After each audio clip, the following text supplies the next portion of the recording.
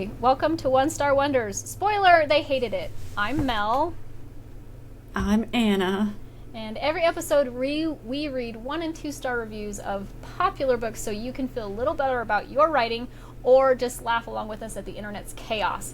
And if in case you didn't get it from the title, spoiler, they definitely hated it. So today we are doing New Moon? Twilight. It's the second book in the Twilight series. Our first episode was book 1. And so this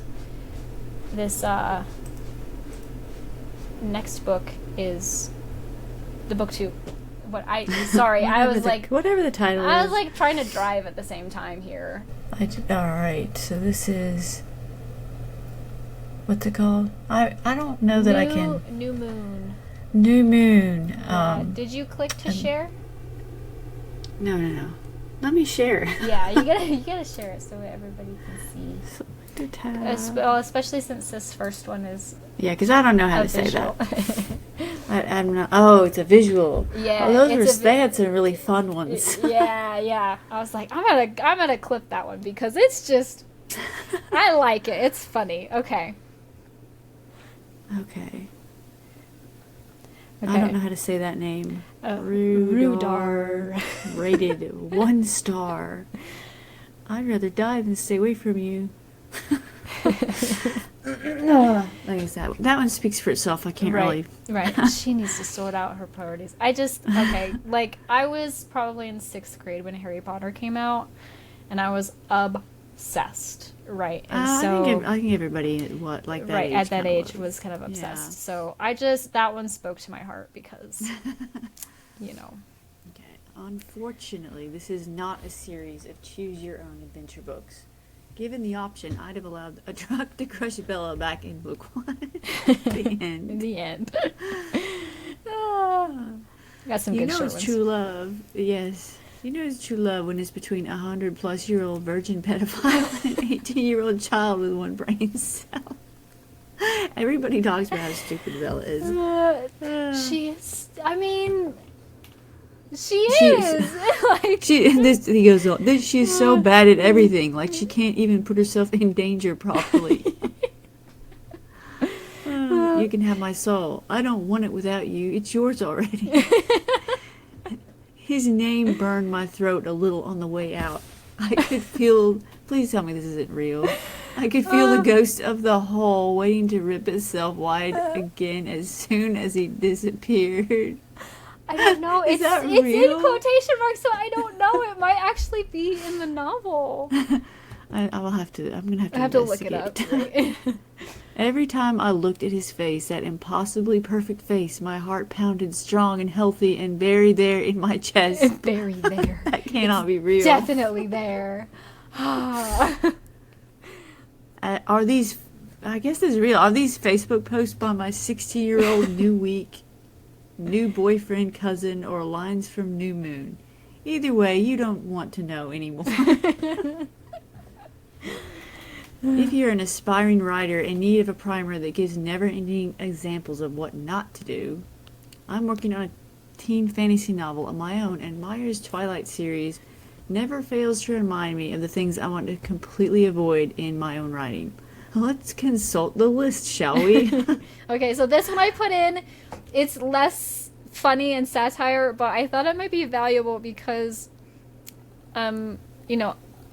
we're talking to people who probably are aspiring writers or novelists, and if you didn't want to hit on some of the tired tropes that we might be talking about in some of these reviews, it might be helpful. Yeah. I put this in to be helpful. You're welcome. It's educational. Okay, let's consult the list. Yes. Number 1, the boring Sue heroine. You may have heard of the Mary Sue, the perfect female protagonist who can do no wrong, who is unnatural beauty, who is beloved by all. Bella isn't quite a Mary Sue. She's described by herself, at least, as plain and is endlessly clumsy, though her clumsiness is so contrived that it seems like a magical Sue ability, practically. Tripped on my on the gas pedal. I tripped on my gas pedal. She also has no interests, hobbies, or anything that she excels at in particular. Despite these flaws, Bella nevertheless ends up a Sue because everyone loves her for reasons that defy explanation or logic. Even when she is behaving in a selfish, whiny, and intolerable way, Bella is never called out for her behavior. The only character who ever seems disgusted by Bella is Jessica. But since Jessica is written as a shrew anyway, we're clearly not meant to put much stock in her opinion. Right. And then 2. Fated True Love. Some people really like that. I Yes, don't know. and like I feel like it can be done well. Yeah, it could go either way. Yeah, and I think some people are just tired of it, and maybe this particular And I get reviewer that is too. tired of it. Yeah. But I think it can be done really well. Yes. So, I agree. Okay, and this reviewer says, in my world, fated true love isn't romantic. It's lazy. It says, hey, instead of working out why these characters are attracted to each other and showing how their relationships develop, I'm going to just put it in the hands of fate and have them fall in love for no reason whatsoever. Edward loves Bella because she smells good, which means Edward loves Bella like I love freshly baked bread. right? Bella loves Edward because he's beautiful, godlike, so beautiful, really beautiful. In case you missed it. All the numerous descriptive reminders. But really, why do they love each other? I have no idea. Shakespeare was all too aware of the ridiculousness of star-crossed love, which is why he was smart and killed his teenager lovers off. But Bella and Edward's happiness hinges entirely on their togetherness. What a strong, solid message to send to the young women of the world. Happiness isn't something you create for yourself. Oh no. It's something you can only find in a beautiful, immortal man. Bella's slow recognition of Jacob as a potential suitor was far more interesting and realistic, and it was teeth-gnashingly disappointing to see Bella repeatedly insist to herself that no one would ever do it for her again but Edward. Yeah. Well, I won't. Not to spoil, but people like as the next one. Oh my gosh. Yeah, I can imagine. So, number 3, the 0-hour plot. Nothing much happens in Meyer's books aside from Bella's enthrallment / suffering over Edward. In the last few chapters, Myers will attempt to inject some kind of conflict in the narrative, either in the form of James, Victoria, and Laurent, or the Volturi? Okay. Yeah. It's difficult to get invested in this conflict at the last minute, and again feels like a lazy tacked on. Oh right, I'm writing a book, maybe something should happen, move from the author. Of course, as someone who hopes to be successful at writing teen fantasy, it's depressing to know that all I would need to do to achieve this success is construct a boring Sue heroine, a fated true love, and 0-hour plot. Or maybe it's not depressing. Maybe it's an incredible relief. After all, coming up with these 3 things shouldn't be too hard. If a lazy writer like Myers can do it, anyone can. For readers looking for good, solid, teen-level fantasy, featuring interesting heroines, more complex and realistic portrayals of love, and truly gripping plot, I recommend Diana Wynne-Jones and Leave a Breath. I actually am a fan of Diana Wynne-Jones, so I can see. I haven't read Diana Wynne-Jones or Libita Bray. Have you seen Howl's Moving Castle? Yes. So she wrote that book. Okay.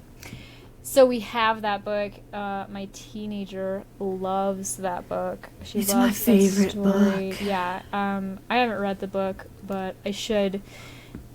In between all of my time between chasing Yeah, a when you have toddler spare and trying to time. sleep. So Yeah, maybe one day. someday when she's a teenager. Yeah. Yeah. Okay, yeah. So Is like this I said, that part of the one. same thing? No. So the line kind of separates. Okay, I got you. Yeah. Yeah, that one was. I mean, I get what she's saying. Right. I am, as a 30-plus-year-old person, I do not like teen fiction. Teen fiction can be very difficult for me, specifically because it's like I have 3 girls, okay? So being a mom to a girl and seeing how Bella is portrayed through the reviews, Yes. and I've seen the films, so, like, there's absolutely no way.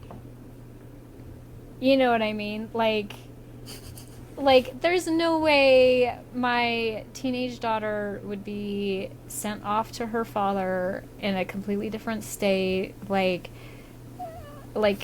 and this is just, you know, because of my parenting style, but there's absolutely, Yeah. so when I read YA novels, I'm like, where is your mother? And I think Yeah. that's why a lot of YA novels don't have parents. Yeah, The they just teenage get rid of the protagonists. parents. Yeah, just, oh, they died. We're gonna get rid of that pesky problem there. Yeah, but there's always some adult figure that they, like, receive advice and help from, and I'm just like, why are you guys enabling this really bad, dangerous Yeah, I behavior? know. Like, I would like to No. see that done as a satire, like the, you know, in reality of what it really is. yeah, is the reality of the YA weirdo at the protagonist. Walmart telling him to go on a quest. yeah, no kidding. The Walmart greeter. Yes, that's where all the weirdos hang out. Yeah, well, you know. If you know, you know. Okay. The next one. This is the lamest book series ever made in the history of storytelling. This book series has destroyed vampire lore and werewolf lore forever. Smire is... Oh, okay. Smire. S. Meyer. Destroys genres of books. Smire equals the worst author on earth. So Exclamation. At the end of the day, at least I'm not a smire. You know what I mean? and I mean, like, okay. Somebody maybe, hopefully, will eventually bearing become in the mind worst that this writer is ever. like that she also has like People hundreds saying- of thousands of 5-star reviews. Right. And this is considering, you know, of all the people to say she's the best writer ever, these books are amazing, there's still one person who is like, I am dumber for having Cannot read that. sta- Yeah. Yes. Yep. Romeo and Juliet, rewritten for morons by someone who can't write, with a fake happy ending tacked on so that she can sell a couple of sequels. But I'm sure Shakespeare would just take it as another compliment. He always had his eye on the bottom line. Okay. You know what I do when I'm feeling bad? I think, at least I'm not Bella Swan. Welcome to part 2 of why the Twilight series should die in a dumpster fire. Yeah. This was my long one, and it's okay. funny. You know what I did today? I didn't watch Twilight, thank God. I didn't want to lose any more brain cells. But I thought, why not enlighten all of you to my opinion of the Twilight series? So here we are again. And as last time, you're going to be referring to the characters as Edward, Mr. Lightbulb, because apparently vampires sparkle in the sun now instead of burning.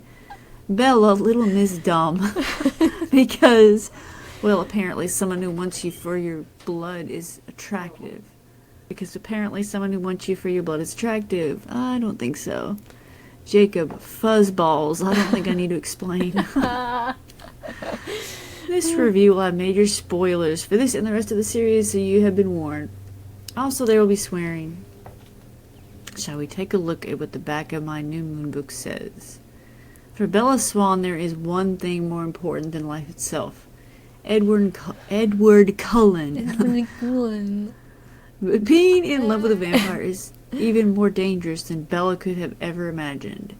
Edward has already rescued Bella from the clutches of one evil vampire. But now, as their daring relationship threatens all that is near and dear to them, they realize their troubles may be just beginning. Here, ladies and gentlemen, we have the amazing writing skills of Stephanie Meyer. Honestly, after a month or so, Mr. Lightbulb is the best thing in her life. Yes, 111, I would like to report a crime. I guess that's a police number. Yeah, I know.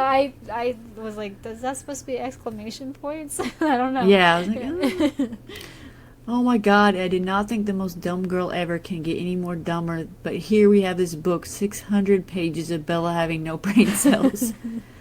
But somehow she became so dumb words cannot describe. Oh dear, where do I even start?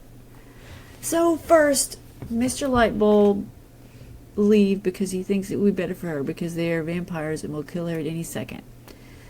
So apparently now Miss Dumb has crippling depression because her vampire boyfriend has left her. Takes a deep breath. So all she does is sit there for a good 4 months thinking over how much she loved and adored the person. I want to kill her. But then suddenly she had an accident and she heard Lightbulb's beautifully soothing voice. Vomits. In reality, his voice is just the same as every other teenage boy. No, wait, no teenage boy, 100-year-old man. That'd be funny if his voice was cracking. Oh my gosh. That would be funny. So now she does crazy shit to hear his voice, like jumping off a damn cliff. And then, of course, Mr. Fuzzballs is there to save her every single time because he's Mr. Nice Guy. But no, Bella can't go for Mr. Nice Guy. She has to go for the guy who wants to kill her. And then the Vision Vamp has a vision, Bella committing suicide basically, and told Lightbulb, and now Lightbulb distraught because the love of his life, now let's not forget that he left her, is now dead in his eyes. Mm-hmm. So now he goes to the vampire government that all look like babies and asks them to kill him because he cannot live without Miss Dumb. Let's take this moment to remember that you left her. Yeah, he did. And OFC, the baby vamp government, says, no, you cannot kill yourself because some girl died, and they have a good reason. Okay, and so the only logical step to do next is to go out into the sunlight and sparkle. But okay, wait, Miss Dumb has come to save him. Cue the dramatic music. And then bam, Miss Dumb is there to save him and they live happily ever after. Not another 3 books of this shit. And then the baby vamp government are like, she can live but she needs to become a vampire. And Lightbulb is like, no, I like it when I want to eat her as a snack. So they leave, and Miss Dumb is like, let's take a poll to see if I should be immortal. And then, oh wait, her boyfriend doesn't want me to be like him. And wait, there's more. And wait, there's more. I'm guessing that's what Probably, yeah. The book ends when Lightbulb is like, I will bite you if you marry me. Like, hold up, she's only 18, and you're a 100-year-old virgin in a teenager's body. Illegal. Little Miss Dumb. She is much dumber than the last time I checked. I think she will be continuing to lose brain cells. Mr. Lightbulb, a 100-year-old man in a teenager's body, after a teenage human girl, because none of the female vamps wanted him. Understandable. Mr. Fuzzballs. I'm so sad that Bella didn't choose Jacob because he was there for her, and she was like, no, I'll go for the killing machine. So overall, this book is dumber than Miss Dumb, and Lightbulb is a child predator. P.S. This is a 5-part series where me and one of my best friends reviews all the Twilight books. Thank you for reading my rant and bows. I will say that the 3rd book has, a lot of the reviews are just them talking about how horrible and toxic and everything that the characters are. Oh my gosh, yeah. So, I mean, okay, I've been a teenager before, once. Just once. That's all I needed. I may have been, I'm not sure. You know, I remember going through that phase. Kind of fuzzy. Fuzzier than fuzzballs over there. Yeah. Yeah, I just, there were quite a few reviews talking about how, they were reading it for a second time since they had read it as a teenager, and they didn't realize how toxic it was as a teenager. Yeah. And when they were a teen, it was just like this heart-fluttering whirlwind of a romance, and then they read it as an adult, they're like, holy shit. There was a lot of that, too, that I saw. Especially in book 3. People are like, oh my god, what is wrong with these? Yeah. Okay, so we have we're going to do our random number generator again for our indie highlight today. And we have number 63, which happens to be me needing to share my screen.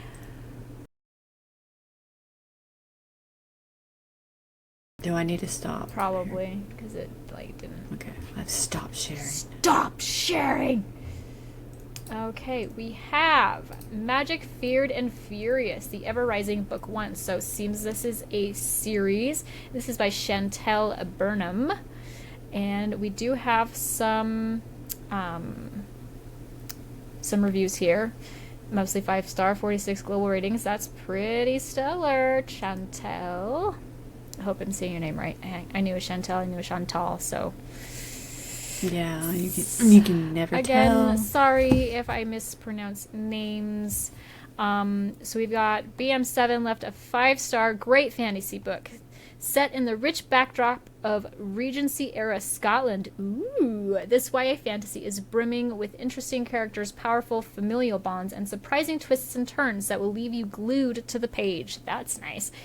The writing is clear and engaging, and the author's ability to craft believable and relatable characters is fantastic. See, that's always a plus for me. I love, I'm all for the characters. They gotta be so deep for me. I am too. Yeah. As far as the plot and story go, this book kept a great pace and pushed forward. There were a couple of minor slow parts, but overall, I never felt bored or disinterested in the story. The overarching themes seem to be selflessness and doing what's right, even if it means sacrificing one's wants or needs. Welcome to adulthood! I would recommend this book to all fantasy readers, but also any readers who love books about adventure, family, magic, Scotland, doing the right thing, selflessness, power dynamics, and strong sibling relationships. Okay. Although this book is categorized as young adult, I believe it would be enjoyable for readers of all ages. Okay, that's a pretty good review. Yeah, Magic, Feared, and Fierce. I'll be straight up honest. I just took self-recommendation links and put them in a spreadsheet. I didn't vet any of these. So I haven't read what any of these books are about. Just that I knew we were gonna pull these up and read some 5-star reviews on some of these indie publishers. So Emily Warner says, very captivating storyline. I read this book in 3 days. It was amazing. I felt really captured by the characters and the storyline moved very fluidly. I really recommend this to anyone who is a light or avid reader. Okay, so this one seems to do, good for a large variety of people. Whether you're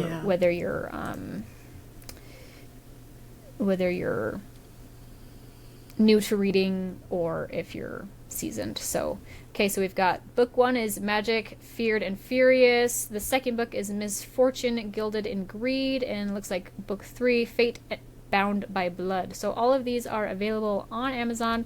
I haven't checked anywhere else to see, but if you're interested, go check them out. Okay. And so that is episode 2. Thanks for tuning in. We will see you next week when we do book 3 of the Twilight series, whatever title that one has. Book 3. Bye. Okay.